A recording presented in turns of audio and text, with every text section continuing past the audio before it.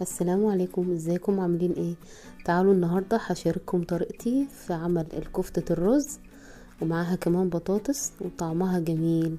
تابعوا معايا الخطوات. اول حاجه معايا في الكبه بصلايه وخضره وفص ثوم صغير، هفرمهم كويس ناعم في الكبه وهنزل عليهم كوبايه كبيره رز مطحون، ونزلت ببيضه.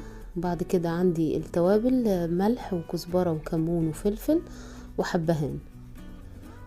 بعد كده هضيف عليهم اللحمة المفرومة وهبدأ ان انا اعجنهم مع بعض. ممكن تحطيهم في الكبة لو عايزة يعني العجينة تبقى ناعمة خالص معاكي. خلاص هنا جاهزة اهي، هسيبها شوية في التلاجة لحد ما اعمل الصلصة.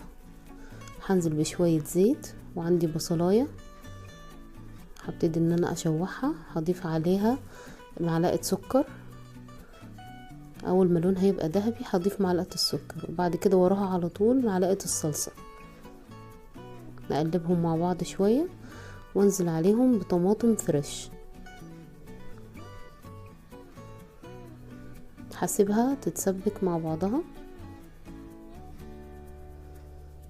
بعد كده اول ما تتسبك هضيف ملح وكزبره وكمون وفلفل، وهضيف عليها شويه ميه، وننزل بكور الكفته مع بعض واحده واحده كده في الصلصه علشان ما يتعجنوش مع بعض. وابتدي ان انا اوزعهم كويس كده عشان كل واحده كفته تبقى ايه في الصلصه، وعلى نار هاديه. وهسيبهم يدوب. اول ما يتماسكوا شويه ضفت هنا بطاطسايه مكعبات صغيره، هغطي عليهم واسيبهم يستووا على نار هاديه.